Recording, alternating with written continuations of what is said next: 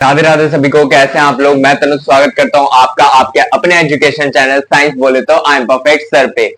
आप लोग सोच रहे होंगे कि यार मैंने अभी वही ड्रेस पहन रखी है जो मैंने बायोलॉजी वाले में पहनी थी। हाँ, क्योंकि मैं उसी रात आज ये केमिस्ट्री की वीडियो शूट कर रहा हूँ। क्योंकि देखो यार, टाइम बहुत कम है हमारे पास। टाइम तो है नहीं, स्कूल भी खुल गए तो कब आए अगली वीडियो वो किसी को नहीं पता। ठीक है, और अब हम बात करेंगे आज कॉलिगेटिव प्रॉपर्टीज के बारे में। ठीक है, इस चैप्टर ये केमिस्ट्री का सिलेबस तो हमारा बहुत ही ज्यादा पेज चल रहा है। अभी तक चैप्टर 1 ही खत्म नहीं हुआ है ना। बायो में देखो मैंने 3 चैप्टर खत्म कर दिया, आपके पास वीडियो आ चुकी होगी। ठीक है, तो क्या बोलते हैं, इसी के साथ हम शुरू करते हैं आज सॉल्यूशंस का मतलब तीसरा लेक्चर जिसमें आज हम बात करेंगे कॉलिगेटिव प्रॉपर्टीज के बारे में। अब आप बोलोगे तनुज सर या तनुज भैया, वैसे ना यार मुझे तनुज भैया ही बोला करो, जो मुझसे छोटे मतलब भैया बोला करो या तनुज भाई, ऐसे चाहे लड़का हो चाहे लड़की। ठीक है, सर अच्छा नहीं लगता यार। ठीक है, तो कॉलिगेटिव प्रॉपर्टीज की बात करेंगे। अब आप बोलोगे यार तुमने तो बोला था कि कॉलिगेटिव प्रॉपर्टीज रंजन सर यानी कि आदित्य सर पढ़ाएंगे, है ना। तो देखो यार, टाइम कम है, उनके पास भी टाइम नहीं रहता, लेकिन हमें तो अपना सिलेबस खत्म करना है ना। तो सिलेबस खत्म करने के लिए अब अगर मुझे डबल शिफ्ट ट्रिपल शिफ्ट करनी पड़े तो मैं करूंगा। ठीक है, तो आइए बिना किसी देर के कॉलिगेटिव प्रॉपर्टीज शुरू करते हैं। पहले देख लेते हैं सब कुछ सब चल रहा है या नहीं। माइक तो मेरा कनेक्ट है, वीडियो भी एकदम परफेक्ट है। ओके, सो शुरू करते हैं। देखो कॉलिगेटिव प्रॉपर्टीज से पता है कॉलिगेटिव प्रॉपर्टीज का मतलब क्या होता है। ये थोड़ा मुश्किल लगता है लोगों को इस चैप्टर में, ठीक है, लेकिन बहुत ही आसान है। कॉलिगेटिव प्रॉपर्टीज का मतलब पता है क्या है? कॉलिगेटिव प्रॉपर्टीज नहीं, कॉलगेट वाली नहीं। देखो कॉलिगेटिव प्रॉपर्टीज वो होती हैं जो नंबर ऑफ पार्टिकल्स पे डिपेंड करती हैं।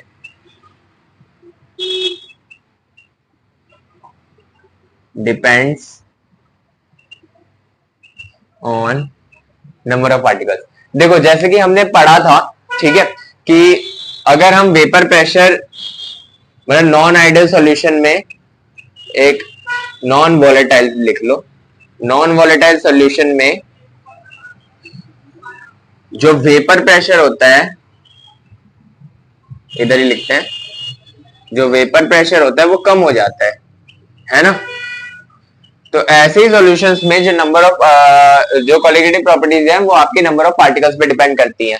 ठीक है, ऐसे ही सॉल्यूशन के लिए हम कॉलिगेटिव प्रॉपर्टीज यूज करते हैं। ठीक है, अब कॉलिगेटिव प्रॉपर्टीज अगर नंबर ऑफ पार्टिकल्स पे डिपेंड करती है, इसका मतलब क्या है? मान लो हमारे पास एक बीकर है, ठीक है, इसमें ए है इसमें बी है।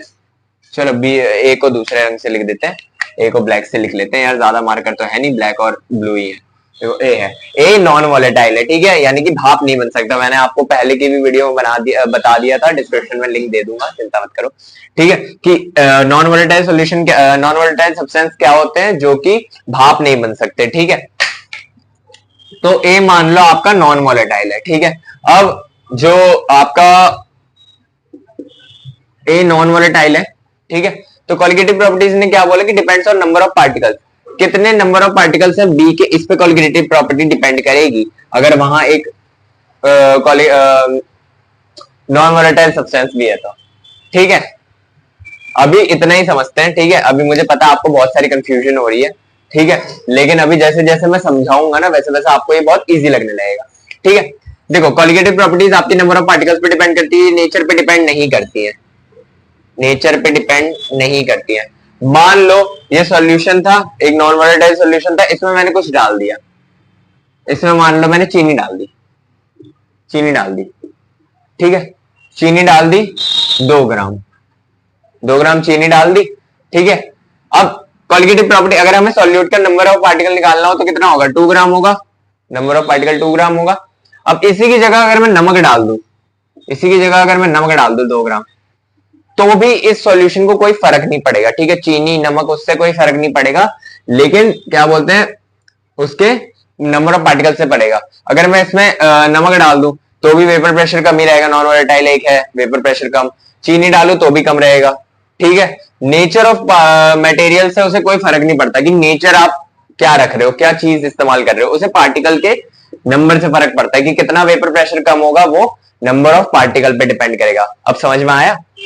तो ये था आपका कॉलिगेटिव प्रॉपर्टीज। अब कॉलिगेटिव प्रॉपर्टीज के बहुत सारे टाइप्स होते हैं, बहुत सारे क्या 4 टाइप्स होते हैं मेनली। ठीक है, वो कौन कौन से होते हैं? वो आपके होते हैं, पहला RLVP, जिसे हम अभी मैं आपको इसकी फुल फॉर्म भी बता दूंगा, ठीक है, अभी सबकी शॉर्ट फॉर्म लिख लो, EBP,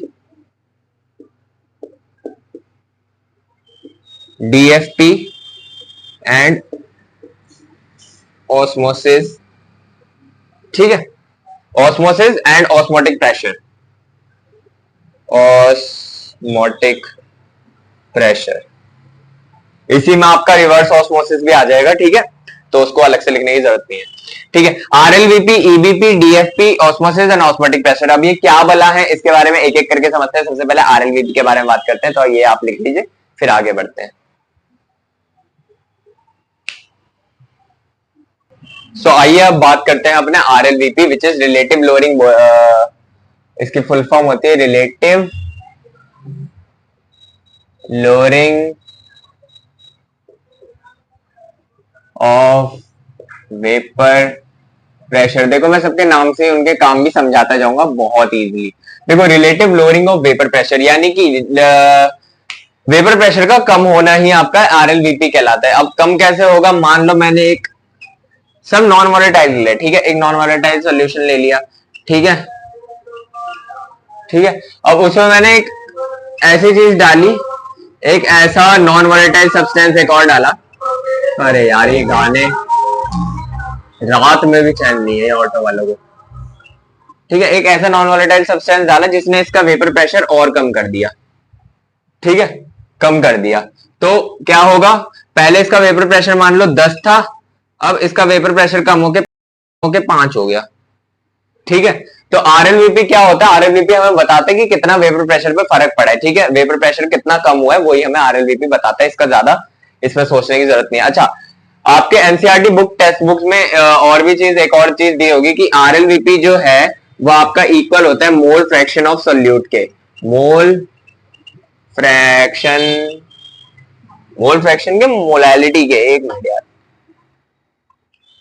मैंने नोट्स में लिख रखा होगा, मोल फ्रैक्शन या मोल फ्रैक्शन ऑफ सोल्यूट के इक्वल होता है आपका RLVP, ठीक है, mole fraction of solute. Mole fraction of solute का मतलब जान रहे हो ना, सॉल्यूशंस में सोल्यूट A है हमारा, A है हमारा, इसका जितना मोल फ्रैक्शन होगा, मोल फ्रैक्शन की मैंने वीडियो बना रखी है, आप वहां से जाके देख सकते हो मोल फ्रैक्शन क्या होता है, ठीक है। तो RLVP यानी कि रिलेटिव लोअरिंग वेपर प्रेशर आपका इक्वल होता है मोल फ्रैक्शन ऑफ सोल्यूट के, ठीक है। मान लो अगर आपको मोल फ्रैक्शन ऑफ सोल्यूट 4 दे रखा है तो उसका RLVP भी 4 ही होगा, ठीक है। इतनी सिंपल सी बात है यार। RLVP में क्या है, RLVP मतलब वेपर प्रेशर का कम होना, RLVP, ठीक है। इसकी कुछ इक्वेशन भी होती है P1 P0, वो ज्यादा जानने की आपको जरूरत नहीं है, ठीक है, अगर आप बोलोगे तो मैं वो समझा दूंगा। वैसे तो मेन आपको कॉलिगेटिव प्रॉपर्टीज जो पढ़नी है, जो क्वेश्चन जहां से आते हैं वो अब शुरू होगी, जिस कॉलिगेटिव प्रॉपर्टीज में आपके क्वेश्चन आते हैं वो अब शुरू होगी, which is EVP, which is in full form elevation in boiling point. फिर से हम इसके नाम से इसका काम जानने की कोशिश करेंगे। देखो एलिवेशन इन बॉइलिंग पॉइंट का मतलब बॉइलिंग पॉइंट में बढ़त, बॉइलिंग पॉइंट में BP लिखता हूं इसे मैं, ठीक है, बॉइलिंग पॉइंट में बढ़त। अब बॉइलिंग पॉइंट बढ़ता कैसे है, जब मान लो ये सॉल्यूशन है, ठीक है, और ये एटमॉस्फेरिक प्रेशर है, ठीक है, जब सॉल्यूशन का वेपर प्रेशर और एटमॉस्फेयर का प्रेशर एक सर्टेन रेंज पे आ जाता है, यानी कि दोनों कोलैप्स हो जाते हैं, जहां पे मिलते हैं जब वो, तो वो बॉइलिंग प्रेशर कहलाता है उसका। यानी कि जब आपका एटमॉस्फेरिक प्रेशर अगर आपको नहीं पता है कितना होता है तो हम 1 atm लेके चलते हैं, ठीक है, वो इक्वल होता है आपके वेपर प्रेशर से, एक मिनट गाइस देख लू चल रहा है नहीं चल रहा, ठीक है, वेपर प्रेशर बोल लो या फिर नीचे वाले का प्रेशर क्या होगा, वेपर प्रेशर ही तो होगा, ऊपर को जा रहा है, नॉन वोलेटाइल है, पूरा ठीक से ऊपर नहीं जा रहा है, एक ही चीज आ रही है, तो आप ये लिख सकते हो प्रेशर ऑफ सॉल्यूशन, ठीक है, प्रेशर ऑफ सॉल्यूशन के, ठीक है, या वेपर प्रेशर ऑफ सॉल्यूशन के, ठीक है, तब हम कहेंगे कि बॉइलिंग पॉइंट अचीव हुआ है, ठीक है। अब बॉइलिंग पॉइंट में बढ़त कैसे होती है, ऐसे हम एक ग्राफ से समझते हैं जो आपकी एनसीईआरटी की बुक में दे रखा है, ठीक है, वो थोड़ा सा अजीबोगरीब ग्राफ है, मैं उसे आपको सिंपली समझाने की कोशिश करता हूं। ठीक है,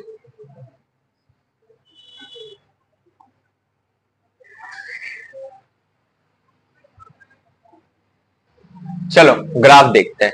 देखो ग्राफ पता है कैसा होता है, ग्राफ होता है आपका ऐसा, यहाँ पे आपका होता है P, यहाँ पे होता है आपका T। P मतलब प्रेशर, T मतलब टेम्परेचर। ठीक है, अब मैंने आपको बोला कि जहां P और T यानी कि टेम्परेचर और वेपर प्रेशर ये मान लो, और आपका प्रेशर जहां पे जाके मिल जाएंगे वहां पे आपका बॉइलिंग पॉइंट अचीव होगा, वहां पे आपका बॉइलिंग पॉइंट अचीव होगा। अब मान लो पहले आपका कहाँ मानोगे, जैसा आपकी बुक में दे रखा, अगर वैसा बनाए तो पहले आपका यहां दे रखा था। ठीक है, अब अगर हम अचीव करवाना चाहें तो ये बड़ा बड़ा बड़ा, ठीक है, हमने टेम्परेचर बढ़ाया बढ़ाया बढ़ाया बढ़ाया बढ़ाया, मान लो यहाँ पे जाके 100 डिग्री सेल्सियस जितने पे पानी को चाहिए होता है उबलने के लिए वो हो गया। ठीक है, 100 डिग्री सेल्सियस हो गया। ठीक है, तो यहाँ पे इसका बॉइलिंग पॉइंट अचीव हुआ।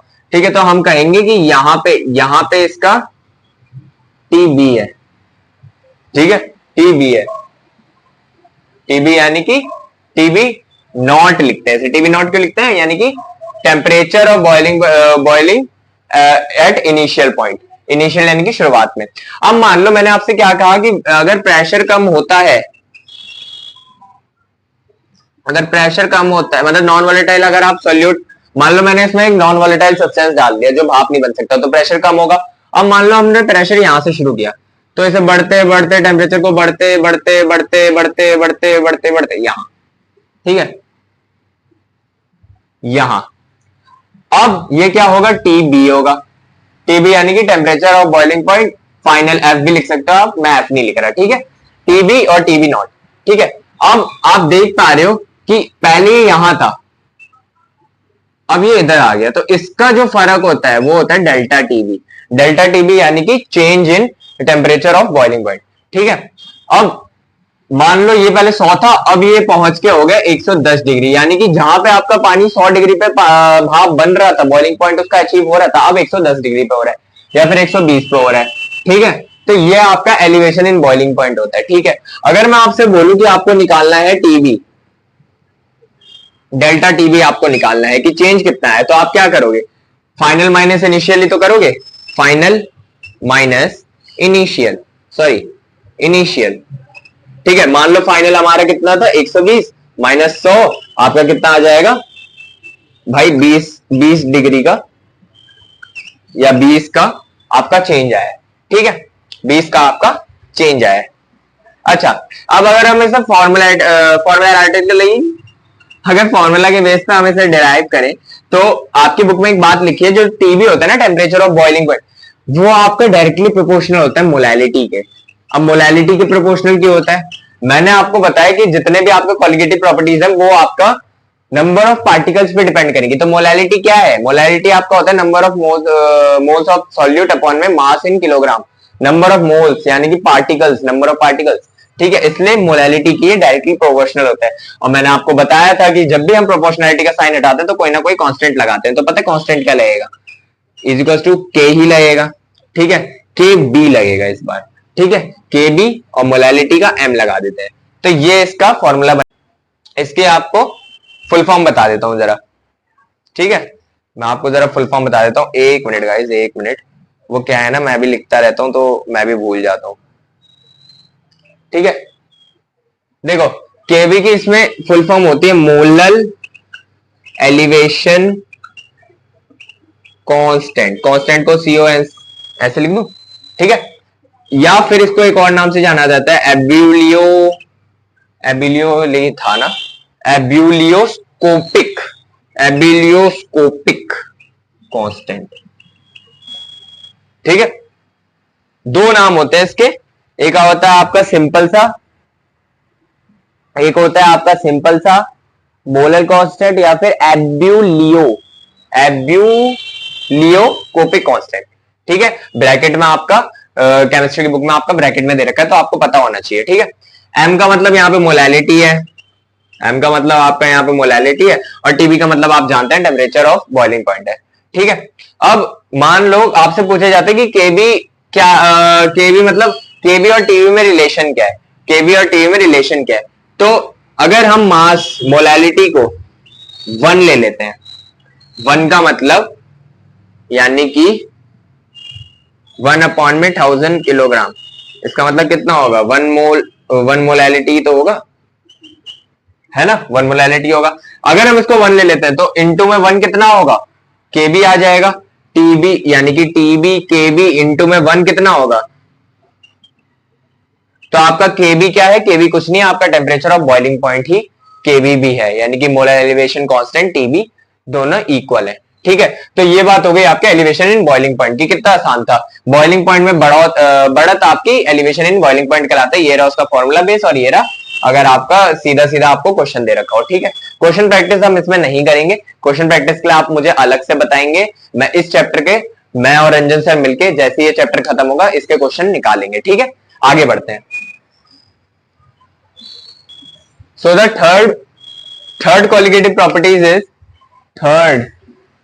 properties is DPF, which is depression, कुछ गिरा क्या, नहीं, depression in freezing point, depression on freezing point, Google की तरह। ठीक है, डिप्रेशन इन फ्रीजिंग पॉइंट। अब इसको भी मैं समझाता हूं, नाम से आप समझ सकते हो कि फ्रीजिंग पॉइंट में कम होना, इसको भी हम ग्राफ से समझते हैं। आपकी बुक में इसका भी ग्राफ दे रखा है, पी और टी, इस बार भी हम पीटी लेंगे, इस बार थोड़ा सा डिफरेंस करेंगे। देखो बुक में ऐसा कुछ बना रखा है, ठीक है, ये आपका फ्रोजन लिक्विड, ये आपका सॉलिड, कुछ समझ में आ रहा है, ठीक है, फ्रोजन सॉल्वेंट है, सॉरी, फ्रोजन सॉल्वेंट और लिक्विड सॉल्वेंट, कुछ समझ में नहीं आ रहा ना, देखो मैं समझाता हूं। इसको समझने से पहले हमें यह समझना होगा कि फ्रीजिंग पॉइंट अचीव कब होता है, फ्रीजिंग पॉइंट कब अचीव होता है। फ्रीजिंग पॉइंट आपका तब अचीव होता है जब आपका लिक्विड का जो वीपी है यानी कि वेपर प्रेशर है वो आपका सॉलिड के वेपर प्रेशर के हिसाब से हो जाए। सॉलिड में भी तो वेपर प्रेशर होता है ना, कैसे समझाऊं, वॉलेटाइल जितने भी होते हैं जो भाप बन सकते हैं वो सॉलिड और लिक्विड दोनों में ही तो प्रेजेंट होते हैं। जैसे कि आपका बर्फ मान लो, बर्फ को जब हम निकालते हैं तो उसमें से भाप निकलती हुई दिखती है ना, तो जब वो और लिक्विड आपका दोनों का वेपर प्रेशर एक ही मतलब इक्वल उसमें आ जाता है तो आपका वो क्या बनता है, तब वो आपका फ्रीजिंग पॉइंट अचीव करता है। अब मान लो कि जब हमने ये किया तो यहाँ पे आपका फ्रीजिंग पॉइंट अचीव हो रहा था, यहाँ पे आपका फ्रीजिंग पॉइंट अचीव हो रहा था, और मैं आपको बता दूं कि अगर हम इसमें नॉन वोलेटाइल सब्सटेंस डालेंगे ना, नॉन वोलेटाइल सब्सटेंस डालेंगे तो प्रेशर कम होगा, बात साफ है। अब मान लो नॉन वोलेटाइल हमने सॉल्यूशन कुछ भी डाला, मान लो नमक डाल दिया फिर से, ठीक है, नमक डाल दिया, अब प्रेशर कम हो गया, अब प्रेशर कम हो गया, दूसरे रंग से बनाए, अब प्रेशर कम हो गया। अब मान लो जो यहाँ पे चीज मिलनी थी वो मिलते मिलते मिलते मिलते मिलते मिलते मिलते मिलते, अरे यार ये तो कहीं मिलेगी नहीं ये थोड़ा सा डिफरेंस हो गया यार, ऐसे नहीं, मान लो यहाँ से डाला, ये मिलते मिलते मिलते मिलते मिलते मिलते अब यहाँ पे मिले, ठीक है, अब यहाँ पे मिले, पहले कहाँ मिल रही थी, यहाँ मिल रही थी, अब यहाँ मिल रही है, तो यहाँ जो मिल रही है और यहाँ जो मिल रही है इसको हम पता है क्या लिखेंगे, इसको हम लिखेंगे T F, temperature of freezing point, इसको हम लिखेंगे टी एफ, इसको हम लिखेंगे टी एफ नॉट, इसको हम लिखेंगे टी एफ, और इसके बीच के फिर से डिफरेंस को हम लिखेंगे डेल्टा टी एफ, यानी कि change in temperature of freezing point, ठीक है, डेल्टा टी एफ। क्या ये सबको समझ में आ गया? अब मान लो जहां बर्फ आपकी 0 डिग्री सेल्सियस में बननी चाहिए थी, अब वो ये आपकी -10 या फिर -20 -30 जितना भी आप ग्राफ का डिफरेंस लोगे जो भी आपको दिखेगा उस पर बन रही है। अब इसको भी निकालने के लिए अगर हम देखें, ये मिटाओ, ओ डस्टर ही गिरा था, ये आवर देसी स्टाइल पैर से हर चीज को उठाना। देखो अब मान लो कि इसको निकालने के लिए आप क्या करोगे, अगर आपको डेल्टा टी एफ निकालना है तो उसके लिए भी आप फिर से वही करोगे, फाइनल माइनस इनिशियल, ठीक है, फाइनल मान लो आपका -10 है और इनिशियल आपका 0 है, तो अल्टीमेटली आपका आंसर -10 आ जाएगा, ठीक है। अगर फॉर्मूला की बात करें, फिर से हम फॉर्मूला की बात करें, फिर से हम फॉर्मूला की बात करें, थक गया यार मैं, पानी, सॉरी ये चीज कट करनी पड़ेगी भाई, रोक दो। ओके पानी पी लिया मैंने। देखो इस बार फॉर्मूला पता है क्या निकलेगा, इस बार भी वैसे ही निकलेगा, T F is directly proportional to molality. फिर से आप समझ गए होंगे नंबर ऑफ पार्टिकल पर प्रोपोर्शनेट होगा। जैसे प्रोपोर्शनैलिटी का साइन हटेगा इस बार के फिर से आएगा, लेकिन इस बार एफ आएगा, एफ यानी कि फ्रीजिंग, ठीक है, और के एफ एम, ठीक है, के एफ एम अच्छा था। देखो एम का मतलब तो मोलैलिटी हो गया, के का मतलब यहां पे इस बार हो जाएगा मोलल फ्रीजिंग कांस्टेंट। पिछली बार क्या था, मोलल एलिवेशन कांस्टेंट, इस बार है मोलल फ्रीजिंग कांस्टेंट। और एक और नाम, जैसे कि मैंने आपको बताया कि दो नाम होंगे, जैसे कि मैंने आपको क्या बताया कि दो नाम होंगे, cryoscopic, sorry I am sorry, molal depression, elevation था ना पहले, तो मोलल डिप्रेशन, ठीक है, मोलल डिप्रेशन और क्रायोस्कोपिक, क्रायोस्कोपिक कांस्टेंट, ठीक है, एबिलियोस्कोपिक और क्रायोस्कोपिक, ठीक है। तो इस बार इसका नाम होगा क्रायोस्कोपिक और एबिलियोस्कोपिक, ठीक है। अब आपसे पूछ लिया जाता है कि इसका आपका यूज कहां कहां आ सकता है, इसका आपका यूज कहां कहां आ सकता है, ठीक है। क्या आपकी बुक में इसका यूज लिखा है, मैं एक बार चेक कर लेता हूं, नहीं लिखा है तो आगे बढ़ेंगे, नहीं लिखा है तो आगे बढ़ेंगे गाइस। वैसे तो यूज लिखा नहीं है, वैसे तो लिखा नहीं है कि आपको ये कहाँ यूज करना चाहिए, तो इसका यूज बताना चाहिए क्या, तो छोड़ो नहीं बता रहे इसका यूज आपका नहीं लिखा है तो इसका यूज मैं आपको अभी नहीं बता रहा हूं, ठीक है, लेकिन चिंता मत करो, एक यूज मैं आपको बता देता हूं।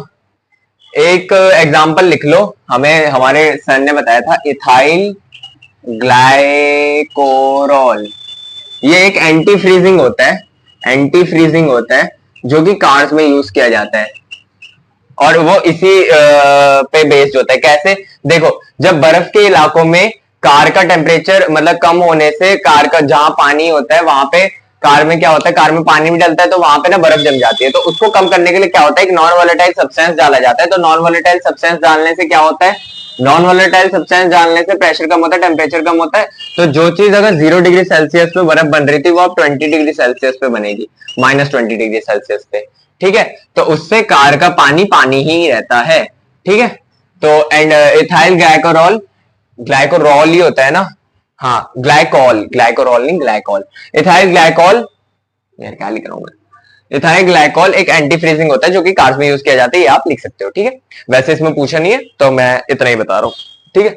अब लास्ट जो अपना है कॉलिगेटिव प्रॉपर्टी, उसको देखते हैं, ठीक है, which is very very easy, very very easy.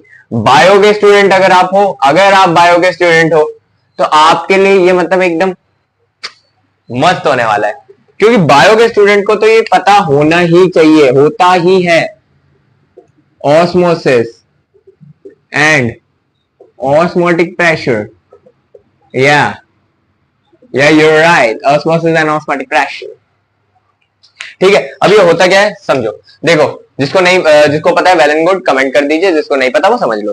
देखो ऑस्मोसिस क्या होता है, ऑस्मोसिस होता है ट्रांसफर ऑफ, यार ट्रांसफर बोलो यार, उसका वर्ड याद नहीं आ रहा, वो क्या यूज करते हैं उसमें, यार ट्रांसफर नहीं, कुछ बढ़िया सा यूज करते हैं, हाँ द फ्लो, याद आ गया, the flow, the flow, the flow of particles या फिर आयंस या फिर जो भी आप लिखना चाहो जिस भी भाषा में, the flow of particles from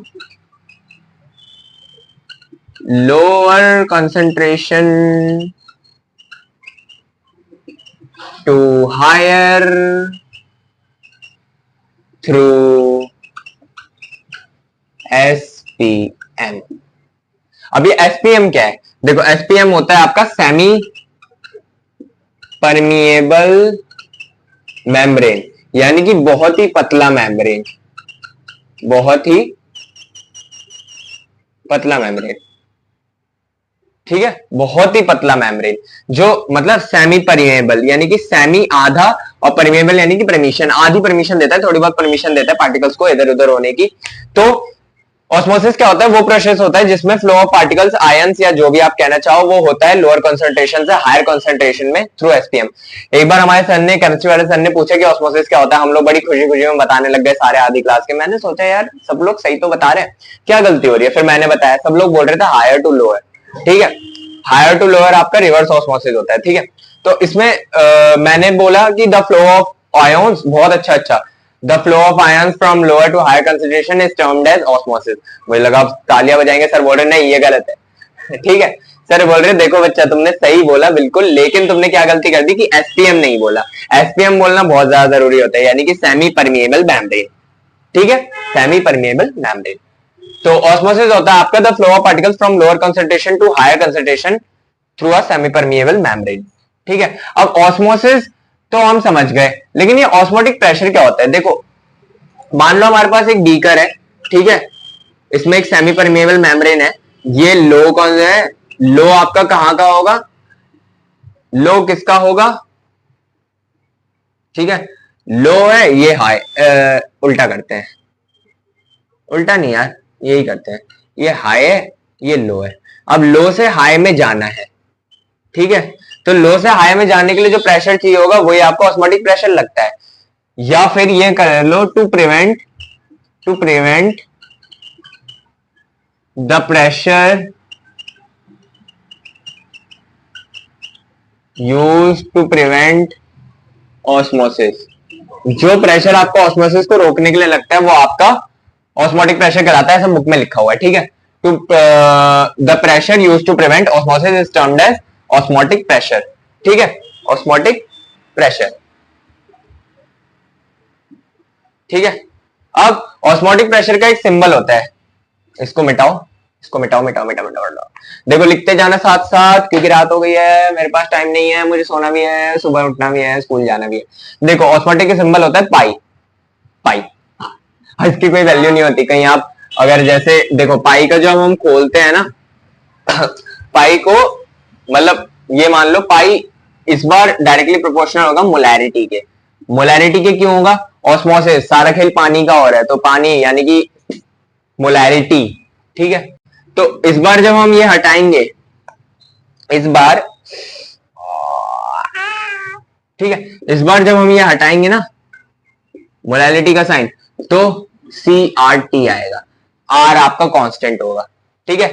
R क्या होता है, गैस कांस्टेंट होता है, जिसकी वैल्यू सबको पता होती है ज्यादातर, लेकिन नहीं पता तो जान लो 8.314, ठीक है। T मतलब टेम्परेचर, C मतलब कंसंट्रेशन ऑफ मोलैरिटी, या फिर आपका कंसंट्रेशन ऑफ पार्टिकल्स, मोलैरिटी, जो भी आप बोलना चाहो, ठीक है। तो ये होता है। अब ये गलती मत कर देना कहीं आप पाई की वैल्यू लिख दो 3.14, सी की दे रखी हो मतलब उसी को क्रॉस मल्टीप्लाई डिवाइड कर दो, ठीक है। पाई की कोई वैल्यू नहीं होती इसमें, ठीक है, पाई की कोई वैल्यू नहीं होती केमिस्ट्री में। केमिस्ट्री में आपका पाई होता है osmotic pressure in 12th class, in chapter 1, in solution, in colligative properties, ठीक है। ऑस्मोटिक प्रेशर आपका पाई होता है, जिसका इक्वल, जो इक्वल होता है CRT के। अगर हम इसे मोलैलिटी की फॉर्म में कई लोग लिखते हैं तो वो फिर MbWb ऐसे बहुत बड़ा सा फॉर्मूला बनता है, ऐसे N/G, ऐसे कुछ फॉर्मूला बनता है, ठीक है, NbRT, हाँ, तो वो हमें लिखने की जरूरत नहीं है, ठीक है, हम सिर्फ इतने फॉर्मूले को लेके चलेंगे। तो ये है आपका ऑस्मोटिक प्रेशर। अगर आप यहीं पे मैं लास्ट टॉपिक जो अपना इस वीडियो का बनता है रिवर्स ऑस्मोसिस, उसकी भी अगर बात कर दूं तो रिवर्स ऑस्मोसिस क्या होगा, रिवर्स ऑस्मोसिस होता है आपका ऑस्मोसिस का रिवर्स, यार ऑस्मोसिस का उल्टा, यानी कि आपका इसमें हायर टू लोअर जाएगा, हायर टू लोअर जाएगा, ठीक है, हायर से लोअर की तरफ जाएगा। ऑस्मोसिस में क्या होता है, लोअर से हायर जाता है through semi permeable membrane, reverse osmosis में हायर से लोअर जाएगा थ्रू सेमी परमिएबल मेम्ब्रेन। तो यहीं पे आपकी कॉलिगेटिव प्रॉपर्टीज चारों खत्म होती है। देखो कॉलिगेटिव प्रॉपर्टीज में हमने सारा नंबर ऑफ पार्टिकल्स के बारे में ही बात करी, किसी में भी आपको सब्सटेंस के नेचर बदलने से कोई फर्क नहीं पड़ा, ठीक है, हमने नंबर ऑफ पार्टिकल्स की बात करी है, ठीक है, वही हमें कॉलिगेटिव प्रॉपर्टीज बताती है। 4 कॉलिगेटिव प्रॉपर्टीज होती हैं, RLVP, EBP, DFP and osmotic pressure, ठीक है, ये 4 मैंने आपको समझा दिए। आई होप आपको ये समझ में आई हो। ये मत सोचो कि इतने पे ही खत्म हो गया यार, ये तो कुछ भी नहीं है, मैं इसके क्वेश्चन जरूर लाऊंगा, ठीक है, लेकिन इस चैप्टर के खत्म होने के बाद सारे एक डीप क्वेश्चन हम मैं और रंजन सर मिलके बनाएंगे, ठीक है। तो उसकी भी तैयारी चल रही है। आप बस हमारे चैनल को सब्सक्राइब करिए, बेल आइकन दबाइए और हमारी वीडियोस पे प्यार देते रहिए, ठीक है। अगर हम रात भर जग के वीडियो बना रहे हैं तो वो सिर्फ आपके लिए, तो आपका भी फर्ज बनता है कि आप हमें लाइक करें और सब्सक्राइब करें। और अगर आपको कुछ भी समझ में ना आया हो या किसी भी चीज में कंफ्यूजन हो तो कमेंट कर देना, क्योंकि यार मुझे भी इस चैप्टर में चैप्टर क्या, केमिस्ट्री में मुझे कंफ्यूजन होती है यार, मुश्किल से तो फिजिक्स समझ में आ रही है धीरे धीरे, केमिस्ट्री भी अब दिमाग खराब कर रही है, ठीक है, लेकिन पढ़ा रहा हूँ क्योंकि मैंने सुना है ज्ञान बांटने से बढ़ता है, तो देखता हूँ कितना बढ़ता है मेरा ज्ञान, ठीक है। तो ये 4 चीजें होती है, सीआरटी, पाई, ठीक है, समझ गए आप, पाई की कोई वैल्यू नहीं होती। तो मिलते हैं फिर नेक्स्ट वीडियो में। राधे राधे।